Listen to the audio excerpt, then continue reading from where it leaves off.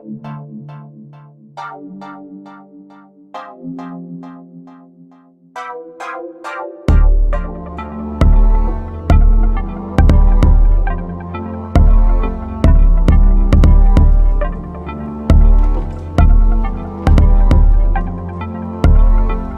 right, what's up? It's Meditate, and welcome back to another video on the channel. This video is going to be discussing another mental model. Uh, Imagine life as a game, basically. Imagine life as a board game. As you progress around the board, you slowly get more experiences, and basically, as you get these experiences, you have to get like for every single experience is like a card you get. Basically, that card you can choose whatever card you want to use to basically explain how that experience fits into your worldview. So imagine like if you're playing Monopoly or something, and you land on the chance circle or the community chess square. That's what I meant to say. I don't know why I said circle, but that basically is the same concept. So every single time you get a new experience, they start to compound. So like your last experiences start to affect your new experiences. Like you start to take them differently into your worldview. So this basically forms the person that you are today, that you've come to love or hate. So what I'm gonna be doing in this presentation, in this video, I'm gonna be explaining it as if it was a video game. Though I just like to use that example as a board game because it's pretty relatable. Because usually I like to play video games, so obviously I'm gonna gravitate to that more. So yeah, think of life as like basically like a RPG with like RPG elements, like getting skill boosts and stuff like that. I think it's really beneficial to understand it in that way, especially as a gamer. And still, I think it's like in general, like if I was to explain this to someone else, I feel like they'd be able to understand it really good. The first part is why would you want to use this mental model? Helps people understand what they want and how to get what they want in life, basically, in an interesting perspective. That's like I said, like with gamers and stuff, like people will be able to vibe with it way more. It can help you get like basically how to figure out how to get like stuff like money. Like let's say you want to be like really good social standing, like you want to get some more followers on Instagram or just get more subscribers on YouTube or something like that. Help you with that, help you get smarter, and just literally anything you want to apply this to, you can apply to that. Also, it's really scalable. Like depending on how deep into something you want to use this, I'll explain that more into the video. But it's pretty scalable in the way you want to improve it or change it to however you want it to fit into your life. You can look at life in a more fun way to look at it, basically. The first thing you need to understand with this mental model is the idea of a status bar. Basically, a status bar is just used to mark your progress when like you're trying to reach a goal or a skill or something like that. You're trying to improve on a skill or a goal or something like that. So usually like in an RPG or something, in a video game, you have a status bar. Let's say you have a status bar for your mission or something like that. As you get more goals and more closer towards your mission, status bar fills up, and you look at that and you're like, oh, I'm getting closer to my goal. Like, let me hurry up and finish this. Like, I'm almost there. So like if you can turn your life into that, you can start to, help you out more. All right. It's flexible. Okay, so like when using these status bars, the reason that I chose to like use the status bar as an example, like I said, like it's really good to look at to help you like as a motivator and know where you are in your progress towards improving on certain thing like a skill or or getting close to a goal or something like that. It's really like I found that it's really beneficial for like for you to organize. This is what people like do on a regular basis. You organize certain things into your mind so that it's easier to draw upon them and remember them. So basically like you would organize like an entire idea or a goal into a status bar. So instead of having to go into all the different like nuances of what you're exactly trying to do, you can just be like, let's say you're trying to get better at riding bikes or something. Like you want to be a professional like biker. Instead of like all the different little skill things that you need to use to like get better at biking, you can just be like, you have one status bar just for biking, and that can organize everything into that, and it's way easier for you to understand. So it's a really good motivator. It helps you with things like that. So like basically like just from that example, like you can see that this a status bar can go like on literally anything you want it to go on. Like another example would be if you wanted to be like a let's say you want to be a track runner or something. You could let's say you have okay, let me go deeper into that example. You're training for the Olympics. You're like Usain Bolt out here. You want you have like a 10, you have a 10. You want your 100-meter time to be like a 9 or something like that. 9.4 or something like that. What a good way to look at it is you could break what it means. You have one status bar as your 100-meter time. Break that status bar down into smaller status bars that all go to coincide together to the same purpose of increasing the first status bar. You can have one for stamina, one for leg strength, one for like mental discipline. You can have them like as many as you want underneath those, and then you can continue to work underneath those. So another example, I say that's a real world example. I'll make a video game example for this for people who won't play the game Destiny. You all know basically like let's say you want to do a raid. The raid you need to have 340 light to start the raid. Basically, with this example, what I'm trying to say is also a status bar does not have to be completely filled for you to complete a goal. Because like obviously, if you're a runner and you're trying to get your time down, there's a level of play in between like with seconds and time.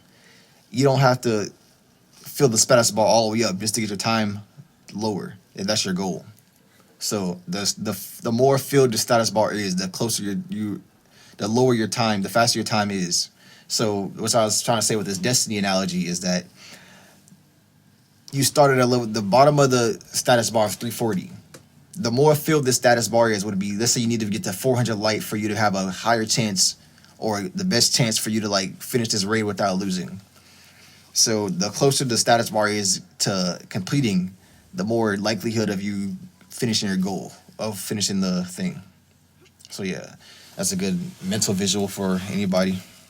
Okay, so basically, the whole reason for having these status, well, I won't say the whole reason, but another reason for having these status bars is it helps you, like I said earlier, it helps you be able to categorize things. Like it's basically like a mental filing cabinet for your things. It's way easier for you to be able to like focus onto a certain subject. So if you categorize like an entire like certain thing into one status bar, you can focus on that entire thing just with the label of one status bar. So let's say you need to have like subcategories, like I was saying earlier, like the stamina, the mental capacity, the mental discipline. I mean, you have those into subcategories and underneath the first status bar. And basically like you obviously you just do actions that would help out with whatever label you're giving it. Like leg strength, you would go in the gym, lift more, maybe just like work on your technique that would have more flexibility and stuff to give your leg strength better. That would put your status bar up. For anything like your stamina, run more, longer, get your like times longer, so you could just be able to get your leg strength up. Okay, and this is the more interesting thing. So basically, like, all right, this is what makes it more flexible. Okay, let's say you're working on your technique or something like that. You're working on your running technique. You might not know everything it is, all these different little things, all these different little complicated things that make your running technique even better. So you just be like, okay, I need to work on my technique. That's your status bar. As you get more and more, you start learning more and like, okay, like a certain way to like move your feet or your legs while you're running. That could also turn into its own status bar. That's what makes it flexible because you can just add on more and more and just have more goals that you can see like the progress on, so you can way easier for you to grasp like your whole entire goal or everything. Yeah, like when you look at it like this, it starts to look like a skill tree. If you play any video games, you know what a skill tree is. Basically, a skill tree in video games is a set of skills. Each skill has 6 subcategories that, when upgraded, help in different ways to increase the effectiveness of the overarching skill tree. So, like I said, 100-meter. In this example, the 100-meter time, increasing that would be the overarching skill tree, this the skill category, and then underneath that you would have leg strength, stamina, maybe your mental fortitude, and then you can have even more underneath each one of those depending on like what you want to add on your journey or whatever. So yeah, you can see how easy it was for me to just make that skill tree, like just talking to y'all. But also like, okay, it could like start to get a little bit harder if you want to focus on all these at once. That's why you're able to just like take away some and like focus on some, or might need to add more to focus on those. But you don't got to focus on them all at the same time. And then maybe you start focusing on one of these skill trees, well not skill trees, one of these what do you call it, standard bars. I'm dumb. What is called status bars? That's what they call it. You focus on one status bar for like a couple weeks or something like that, and then you can look back and think about the overarching status bar, and you'll be like, okay, it's kind of fill it up some more because I'm more progressed towards my goal or my skill that I'm trying to upgrade. And this is how you specialize on things, where you like go deeper into that one thing. Like you like 3 weeks on one status bar that you've been like 3 levels deep in. That's how you specialize at things. That's really interesting. Let's say you get stuck or something. The way you could get stuck in this is basically let's say like sometimes, all right, this can literally be applied to any situation, but sometimes bigger situations, bigger like bigger goals, bigger skills trees, like skills that you're trying to make for your life, it might be harder to do that. So okay, so whenever a goal that you want to achieve seems a little bit too complicated to break down in status bars, just like take a couple steps back and like basically zoom out. Just imagine if you were looking at it through looking at whatever goal or whatever skill you're at or you're trying to accomplish, look at it like with a microscope. You want to zoom back out and see what other categories that would fall into. So, for example, let's say you want to go to space. You want to learn how to build rockets or something like that. Instead of being like, dang, I don't even know where to start. You could like go back out and be like, okay, what category would rocket building fall under? Let's say you could either go like aviation, like just flying and stuff like that. You can go to like engineering, construction, anything, and just start and build status bars for those things until you learn more about like the whole entire subject or more to the subject, and you can figure out more what you need to be putting status bars on and learning about. Okay, so I feel like that covers the pitfalls of this whole entire mental model. Just for good measure, I'm gonna go over the steps real quick just so everyone can know. Step one, identify the task or goal at hand. Step two, think about what you personally know about the subject. Step three, place the label of a status bar or mentally on whatever you perceive needs to be achieved in order to come close to a goal.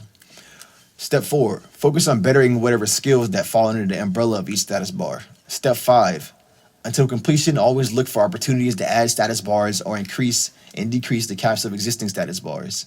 Step six is optional. If you are struggling to figure out what type of status bar your goal would fall under, try to figure out a broader concept that you are focusing on. So that basically that sums it up.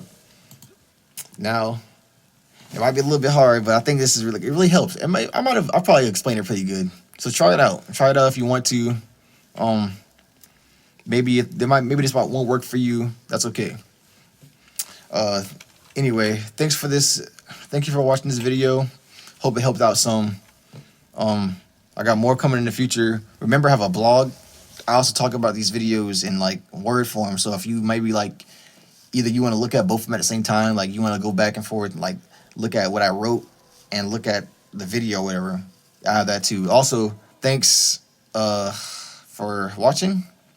Subscribe, like, comment. I want to see some interaction in the comments. I'll maybe talk about some things, discuss some things. Maybe you guys have something to say about what I'm talking about in this video. Thank you. Talk to you later.